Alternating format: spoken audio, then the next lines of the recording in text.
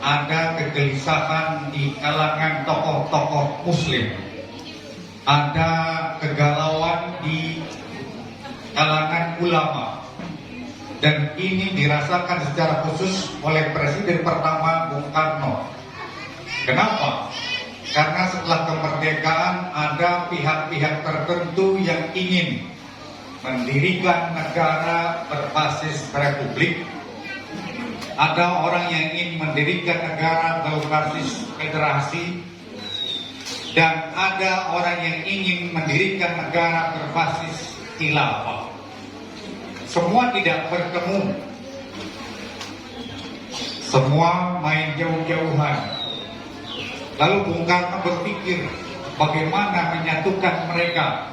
Akhirnya meminta Saifuna Kiai Abdul Wahab Hasbullah, kemudian memanggil Syekh Hasim Asy'ari, kemudian memanggil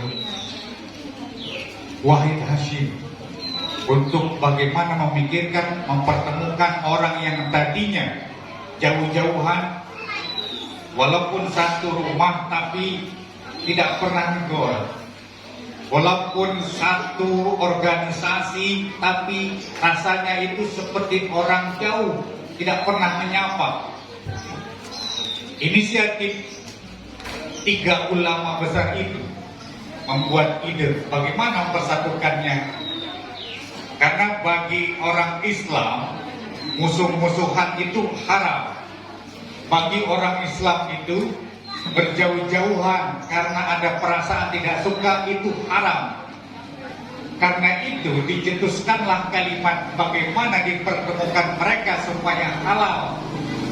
Akhirnya dipilih kalimat halal bihalalin, halal bihalal.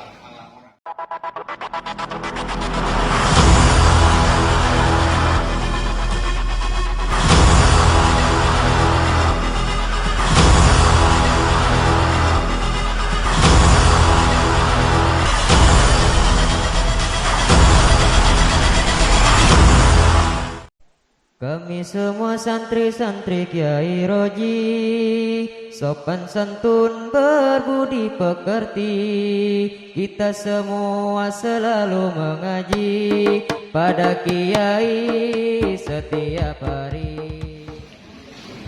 Diri ya? Mana?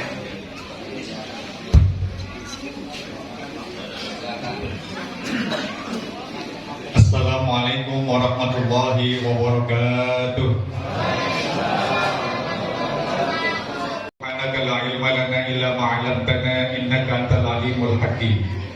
Rabbi shrah li sadri wa yassir li amri wahlul 'uqdatam min lisani yafqahu qawli wa 'atif qulubal 'alamin bi asrihim 'alayya wal jisni qabulan insyaallah amma ba'du. Yang sama-sama kita muliakan, kita hormati, kita khidmati Murabbi Rohina wa Jasadina Syekhuna Al-Mukarram Kiai Haji Roji Jailani, maka Allah bituli hayati. Semoga Allah selalu berikan kesehatan lahir maupun batin beliau dan keluarga besarnya. Mudah-mudahan kita semua mendapatkan ilmu yang bermanfaat dari beliau. Amin ya rabbal alamin. Alhamdulillah, pada pagi hari ini kita masih diberikan kesehatan lahir maupun batin. Mudah-mudahan seluruh nikmat yang sudah Allah berikan dan Allah percayakan di hari-hari ke depan senantiasa digunakan semata-mata mencari rahmat dan ridha Allah Subhanahu wa ta'ala dalam kehidupan. Salawat dan salam senantiasa kita sajukan kepada baginda alam Nabi Muhammad sallallahu alaihi wasallam. Mudah-mudahan selaku umat beliau kita senantiasa istiqomah menjalankan segala sunnah-sunnahnya dan selalu berharap terus mudah-mudahan kita nanti di yaumil akhirat tergolong umat beliau yang telah mendapatkan syafaat. Amin ya rabbal alamin.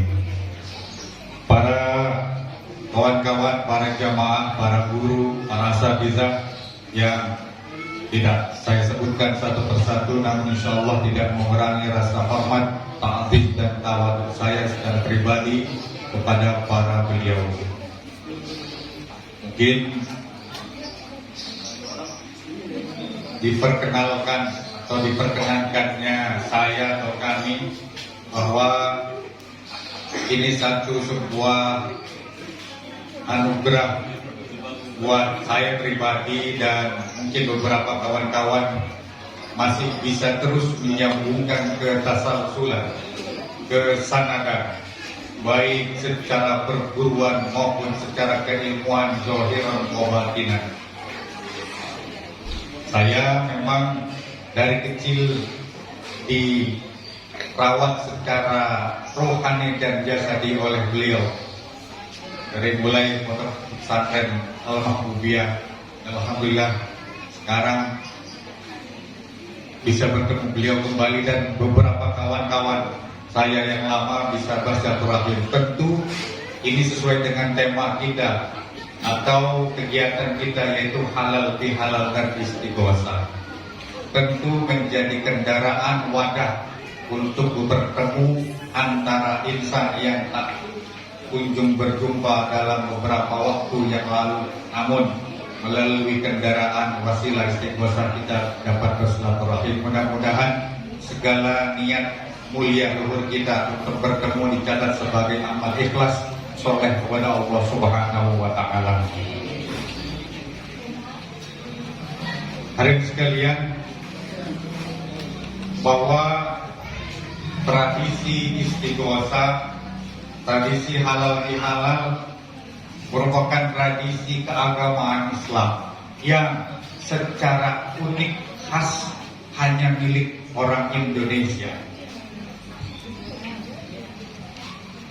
Indonesia merdeka pada tahun 1945. Setelah 3 tahun berikutnya ada kegelisahan di kalangan tokoh-tokoh Muslim, ada kegalauan di kalangan ulama, dan ini dirasakan secara khusus oleh Presiden pertama Bung Karno. Kenapa? Karena setelah kemerdekaan ada pihak-pihak tertentu yang ingin mendirikan negara berbasis republik, ada orang yang ingin mendirikan negara berbasis federasi, dan ada orang yang ingin mendirikan negara berbasis khilafah. Semua tidak bertemu, semua main jauh-jauhan. Lalu Bung Karno berpikir bagaimana menyatukan mereka. Akhirnya meminta Sayyiduna Kiai Abdul Wahab Hasbullah, kemudian memanggil Syekh Hasim Asy'ari, kemudian memanggil Wahid Hashim untuk bagaimana memikirkan, mempertemukan orang yang tadinya jauh-jauhan, walaupun satu rumah tapi tidak pernah negor, walaupun satu organisasi tapi rasanya itu seperti orang jauh, tidak pernah menyapa. Inisiatif 3 ulama besar itu membuat ide bagaimana mempersatukannya. Karena bagi orang Islam musuh-musuhan itu haram. Bagi orang Islam itu berjauh-jauhan karena ada perasaan tidak suka itu haram. Karena itu dicetuskanlah kalimat bagaimana dipertemukan mereka supaya halal. Akhirnya dipilih kalimat halalun bihalalin, halal bihalal ala orang Indonesia. Malaysia tidak punya, apalagi Singapura. Ini khas Indonesia, sebuah tradisi yang baik. Oleh karena itu, ketika sudah dikonsep kalimat halal bihalal, lalu dipertemukan dalam wadah dan dibuat satu tempat waktu, yaitu pasca Idul Fitri. Akhirnya sampai sekarang kita masih melakukan tradisi yang masih baik itu. Para jamaah sekalian, memang ini kajiannya sejarah. Ada ulama Mesir mengatakan begini, al-Islam baina jahli ummatihi wa ajzi ulama'i. Orang Islam itu bodoh di tengah-tengah umatnya dan ulamanya pun bodoh. Kenapa? karena sudah pergaulan orang bodoh dengan orang bodoh melahirkan tindakan bodoh. Kan orang itu tergantung bagaimana temannya. Jadi kalau kita punya teman jujur, jangan kalau pengen tanya dia orang baik atau orang jujur, jangan tanya dia langsung, dia gak bakal mungkin jujur. Tanya temannya, pasti temannya yang bakal jujur. Oleh karena itu, kalau pergaulan antar umat, orang yang tidak mau maju bergaulnya dengan orang yang tidak maju, dia nggak maju-maju. Coba misalnya bergaul dengan orang yang ingin punya kemauan maju, maka step demi step proses dia akan maju. Inilah yang saya rasakan. Tasyakur bernikmat. Pagi-pagi nggak kemana-mana, udah capek, beli kopi, kaki di atas meja. Prinsip itu saya nggak mau ikut. Karena itu teman saya orang Medan, orang Makassar, orang Bugis yang cara kerja, cara hidupnya itu tangguh dan ulet. Itu yang saya tiru. Akhirnya proses itu sampai mengantarkan saya untuk menjadi dokter. Jadi orang bagaimana temannya bergaul. Nah ini kan Pak Musa, Darul Farizi. Kalau lingkungannya baik, maka membentuk karakter baik. Selanjutnya baina adzi ulama, kebodohan para orang yang paham tidak menjelaskan kepada umat. Misalnya tradisi tahlilan, tradisi 40 hari, kenapa orang ziarah kubur? Kalau memang ada ulama yang bisa mengaitkan kenapa ada tradisi seperti itu, kenapa orang bisa berkumpul gitu. Jadi sudah tidak ada istilah orang bodoh sekarang. Saya sering mengatakan itu di beberapa mahasiswa bahwa untuk tahun 2022 tidak ada lagi orang bodoh, yang ada adalah orang malas. Ya. Kenapa? Anda ingin apa? Di satu tangan saja lewat HP Android. Satu tangan aja, mau apa Anda? Mau cari apa? Mau kemana? Sudah, dunia sudah di tangan. Jadi nggak ada istilah nggak tahu, gitu kan? Maka itu kalau santri belajar di rumah itu, Ustaz, saya tidak masuk. Jadi nggak tahu pelajaran, nggak ada istilah itu. Nggak ada alasan sakit, harus tahu kenapa. Kan bisa WA, ya kan? Kan bisa Instagram, kan bisa lewat Telegram. Jadi tidak ada istilah orang bodoh, yang ada adalah orang malas. Kenapa? Sudah lengkap perangkat teknologi, sudah lengkap perangkat fasilitas. Anda mau apa? Harusnya orang sekarang lebih alim ketimbang orang dulu. Ya, Imam Syafi'i punya kitab namanya Al-Um berjilid-jilid. Dulu belum ada laptop, belum ada komputer, lampu juga mungkin lampu pelita. Kenapa beliau produktif? Kenapa beliau begitu alim? Ini faktor malas atau tidak. Makanya doa orang malas enggak? Allahumma paksai. Itu enggak ada kunci kecuali dipaksa. Syekh Wahab Az-Zuhaili punya kitab tafsir 12 jilid. Itu kalau setiap harinya hanya menulis, istirahatnya kalau tidak sholat, makan, buang hajat. Ibu menulis. Hadirin sekalian, saya ingin mengajak kepada kawan-kawan bahwa lingkungan kita, kalau lingkungan orang-orang yang mau maju semangat, maka kita akan terbangkitkan. Itu satu. Yang kedua, bahwa Allah pernah menyatakan dalam salah satu potongan surahnya, Bismillahirrahmanirrahim, wa anzalna minal mu'sirati ma'an sajjajan linukhrija bihi habban wa naba'a. Bahwa wa anzalna minal mu'sirat, ini surah An-Naba ya, surah An-Naba. Jadi kalau ingin tahu kiamat, baca juz amma. Biasanya potongan-potongan ayat pertama itu menjelaskan tentang bagaimana kiamat terjadi.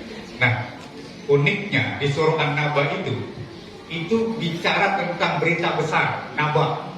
tapi kok isinya tentang bagaimana langit diciptakan, bagaimana air turun dari langit, bagaimana manusia diciptakan berpasang-pasangan. Seolah-olah otak awam kita nggak nyambung. Tapi Allah melalui pintu itu ingin membuat pintu masuk bahwa, manusia, kau kan sudah diberikan pasangan hidup, kau kan sudah diberikan fasilitas. Fasilitas itu yang membuat kau ingat akhirat. Jadi yang saya bilang, harusnya orang sekarang lebih soleh, lebih alim. Kenapa? Mau ibadah ada kipas angin. Di masjid-masjid, sebagian masjid ada AC. Harusnya kalau mau sholat jangan 2 rakaat dong, 4 rakaat dong. Harusnya jangan 4 rakaat, 10. Kenapa? Karena sudah enak, ada karpet. Coba kalau misalnya sholat di rumah, ya kan, mandi kagak, garuk-garuk, gak khusyuk, ya kan.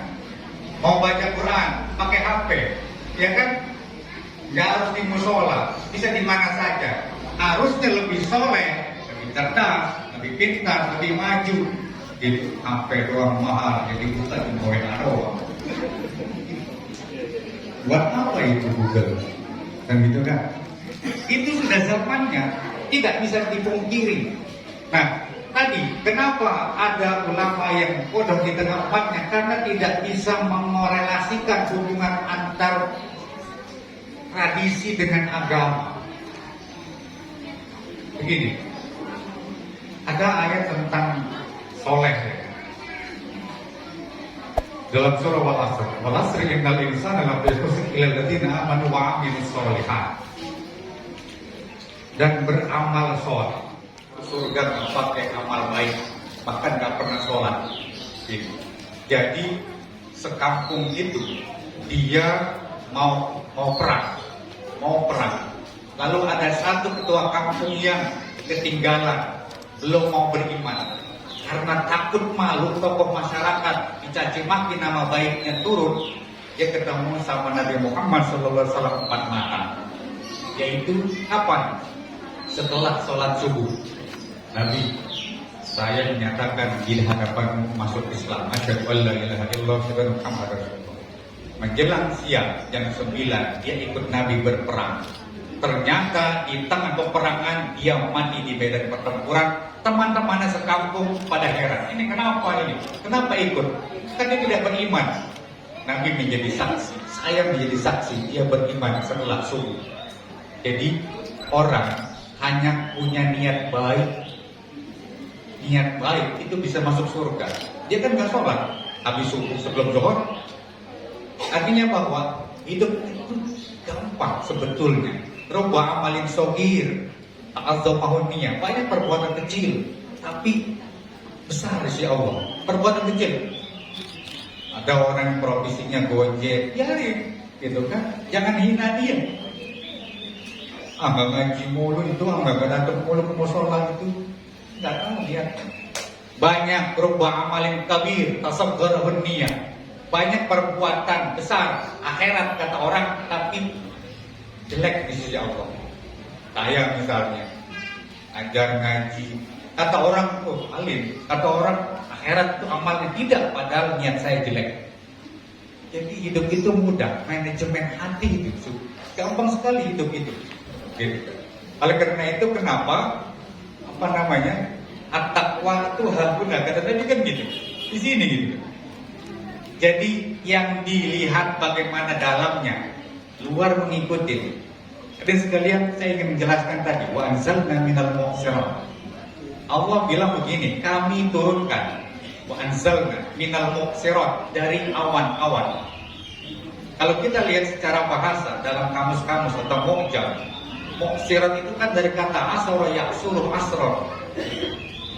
Kalau dalam mushaf Quran, asar itu artinya waktu, wal asri demi waktu. Tapi secara bahasa asara ya'sur artinya memeras. Asar mengambil, menekan sesuatu untuk mengambil bagian dalam, itu namanya asar. Makanya dalam bahasa Arab sekarang al-asir namanya jus. Bagaimana proses jus itu? Kita punya mangga, punya apel, kalau pengen ambil sarinya kan di jus. Itu namanya asar, sir. Gitu. Satu. Yang kedua, kalau ada angin kencang membuat rumah itu bisa hancur, namanya eksor. Kemudian ada waktu ketika orang siang menjelang petang, maka disebut asar atau waktu asar. Kenapa Allah bersumpah dengan kata wal asri, demi asar, demi waktu? Allah ingin menjelaskan bahwa hidup ini jangan cuma gerayak geroyok doang, harus ada inti, diperas gitu loh. Kayak jus, kan sesuatu yang bagian dalam kan enak ya. Sesuatu bagian dalam pasti enak. Pikir sendiri. Coba durian walaupun tajam luar, tapi dalamnya itu enak. Kalau mau makan sesuatu pasti buka bagian dalam. Makanya bagian dalam itu harus dijaga. Makanya kita kenapa harus berpakaian? Karena bagian dalam itu penting. Coba kalau ngaji istighosah, nggak pakai baju khusus ngawer-ngawer kemana-mana kan jelek, gitu kan? Nah ini budaya. Asar, inti. Makanya kenapa guru-guru TPQ ngajarin anak-anak kalau mau baca, kalau mau ngaji baca doa, selesai baca doa. Doa mukul ibadah. Doa itu kan otaknya ibadah, intinya ibadah. Makanya habis sholat tidak Allahumma lantas jalan, Allahumma tasalam wirid. Guru-guru kita belajarkan begitu. Mau makan ada doanya, setelah makan ada doanya. Jadi memang hidup orang Islam itu semuanya doa. Semuanya doa. Apa? Inti. Hidup cuma sekali. Maka sekali itulah bermanfaat buat orang lain.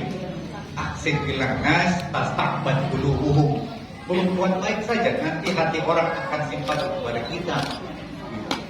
Jadi inti wal asr. Nah, wal asri wa anzalna minal muqsirat. Kami turunkan dari muqsirat, awan-awan.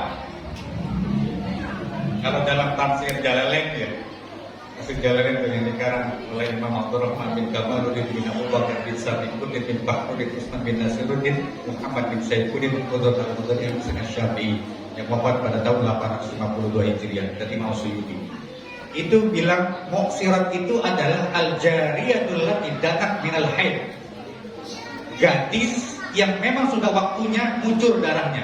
Jadi kan anak perawan nih, kalau memang sudah waktunya, itu kayak awan nyimpen air, sekali keluar jos, keluar. Itu awan.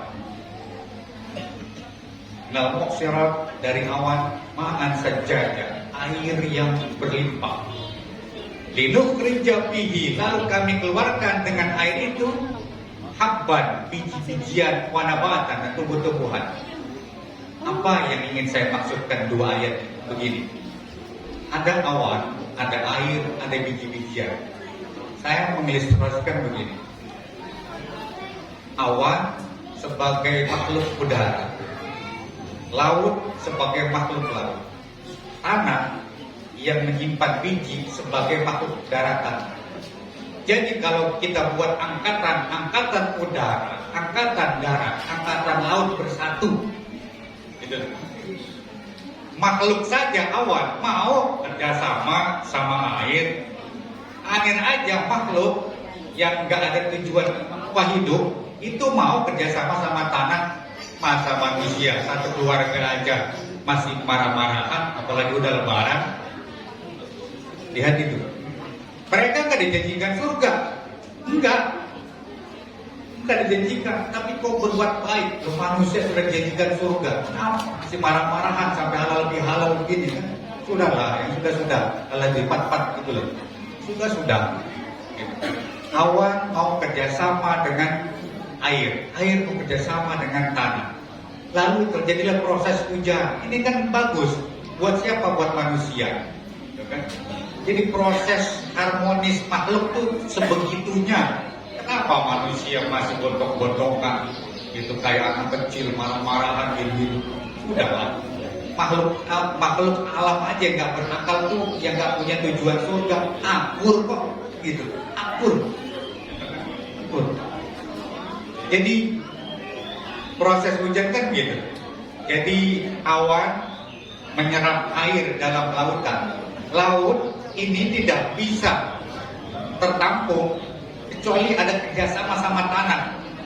Di mana air mau ditempatin kecuali tanah, tanah mau, gitu kan? Lalu kemudian air laut diserap oleh awan, kemudian disimpan. Makanya kenapa kalau orang naik pesawat itu kayak orang ada polisi tidur, itu menyimpan air, menyimpan air. Andaikan di muka bumi tidak ada awan, orang bisa hancur karena gara-gara air kelap. Itu untungnya, itu manfaatnya Allah ciptakan awan. Karena sebagian besar bumi ini itu adalah air, selebihnya daratan. Gampang sekali kalau ingin Allah jadikan kiamat. Awan ambil, sudah selesai. Kutub utara mencair, selesai. Ancol naik berapa senti aja, tenggelam gitu kan. Ancol saja, sedikit aja sentimeter naik, sudah tenggelam gitu. Tapi kan Tuhan kita bukan Tuhan pendendam.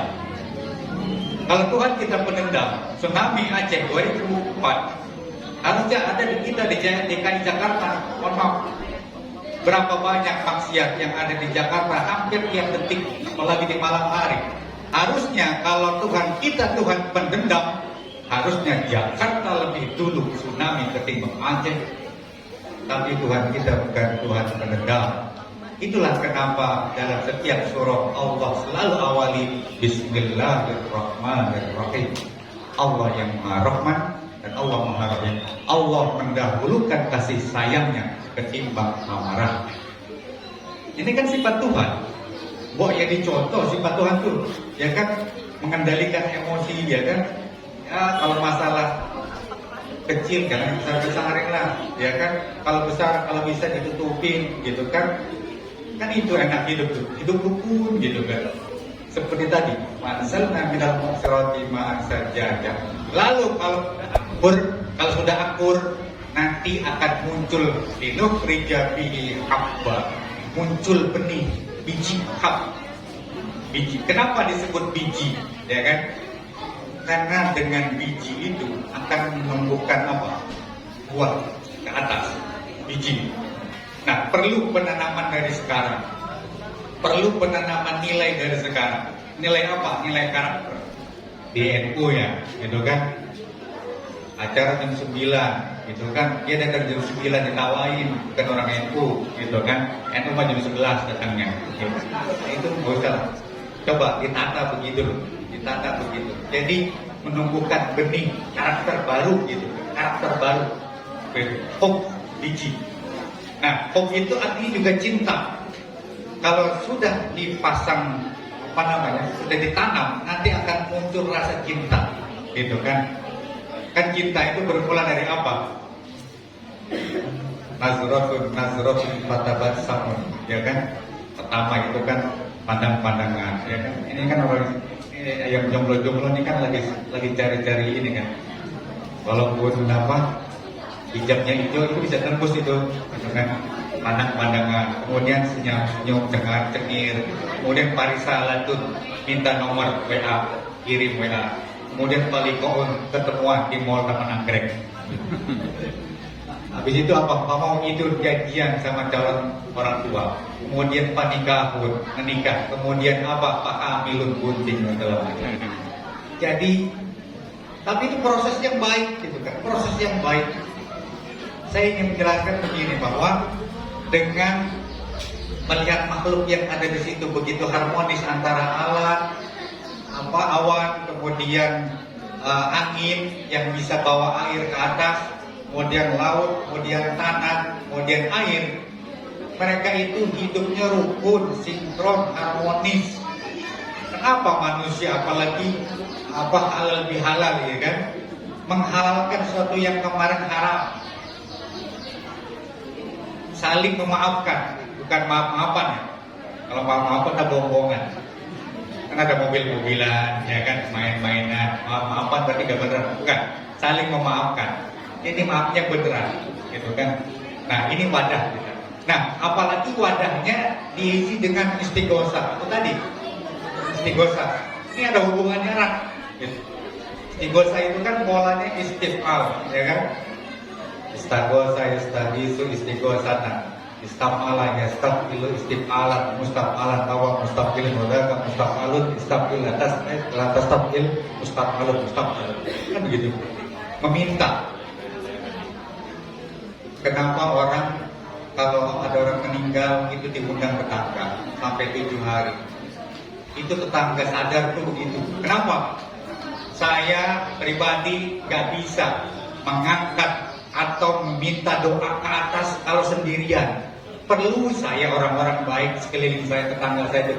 Barangkali di sekeliling kampung saya ini ada yang alim, ibadahnya rajin. Kalau saya undang, doa saya terangkat kayak orang Panjat Pinang. Orang Panjat Pinang pasti 4-3, gak mungkin sendirian. Sampai lindu berbulu gak bakal dapet itu. Gak bakal dapet. Harus 3-4. Kenapa? Dia butuh orang. Kayak begini kan, butuh orang. Saya punya hajat dari rumah, gak mungkin saya berdoa kepada Allah supaya diangkat ke aras kalau yang mengandalkan saya. Siapa saya? Saya ketemu guru-guru, ketemu beliau, ketemu orang-orang soleh. Hajat saya bisa terangkat layaknya orang Panjat Pinang. Ini betul-betul punya manfaat besar. Nah, tradisi ini, tradisi yang sudah baik, dan bagaimana cara mengembangkannya? Cara mengembangkannya untuk lebih baik, seperti itu. Mungkin terakhir, lama-lama sih udah lapar gitu. Terakhir bahwa saya bicara bukan di tengah orang-orang asing, saya bicara di tengah-tengah keluarga saya, orang tua saya, seperti itu. Saya mungkin anak yang sudah berapa tahun mainan kejauhan, disuruh pulang oleh beliau. Apapun ceritanya, orang manusiawi punya rasa rindu, punya rasa rindu. Kontak bukan hanya kontak yang hanya seperti nomor di WA, tapi kontak batin, gitu kan. Nggak tahu dilalahnya saya sudah selesai, ada kesempatan ketemu beliau, pulang ke rumah besar. Rumah besar saya adalah agar Nusa dan Nahdlatul Ulama. Jadi jangan pernah ragu untuk masuk ke dalam rumah besar agar Nusa. Jangan ragu untuk masuk ke rumah besar Nahdlatul Ulama. Itu rumah yang jelas, gitu kan. Ngapain bikin rumah baru? Emang punya duit buat cicil? Mending sudah ada tempatin, rawat, urus, kembangin itu. Saya dengan kawan-kawan kembali ke rumah besar, gitu kan. Pada Kodi, niat untuk bagaimana melayani. Kalau hidupmu melayani, kau akan dilayani. Itu tadi saya bilang, aksin ilan nas, tasta'bad qulubuhum. Berbuat baik saja, nanti hati orang akan simpati kepada Anda. Itulah filosofi sederhana kami. Bagaimana bisa berkumpul dengan kawan-kawan, bagaimana membangkitkan semangat, dan bagaimana menularkan sesuatu yang baik untuk sama-sama kita membangun dengan kendaraan. Ini kendaraan, betul. Syukurlah orang punya kendaraan. Ada orang misalnya, maaf, orang belajar, pinter, tapi di rumahnya nggak ada kendaraan, mau ngajar siapa, nggak ada orang. Syukur di sini ada yayasan, syukur di sini ada perguruan, syukur di sini ada organisasi. Kawan-kawan yang punya kemampuan, ayo gabung. Ini tempat, coba di tempat lain belum tentu akan dipakai. Kayak gitu. Jadi kembali ke rumah besar, silaturahmi. Dan sekalian, entah lempengan mana yang ada manfaat, saya nggak tahu. Semata-mata semuanya kebaikan dari Allah Subhanahu Wa Taala, yang tidak baik pasti dari saya pribadi. Terima kasih atas segala perhatian. Mohon maaf atas segala kurangan. Wallahul muwaffiq ila aqwamit thoriq. Wassalamualaikum warahmatullahi wabarakatuh. Kami semua santri-santri Kiai Roji, sopan santun berbudi pekerti, kita semua selalu mengaji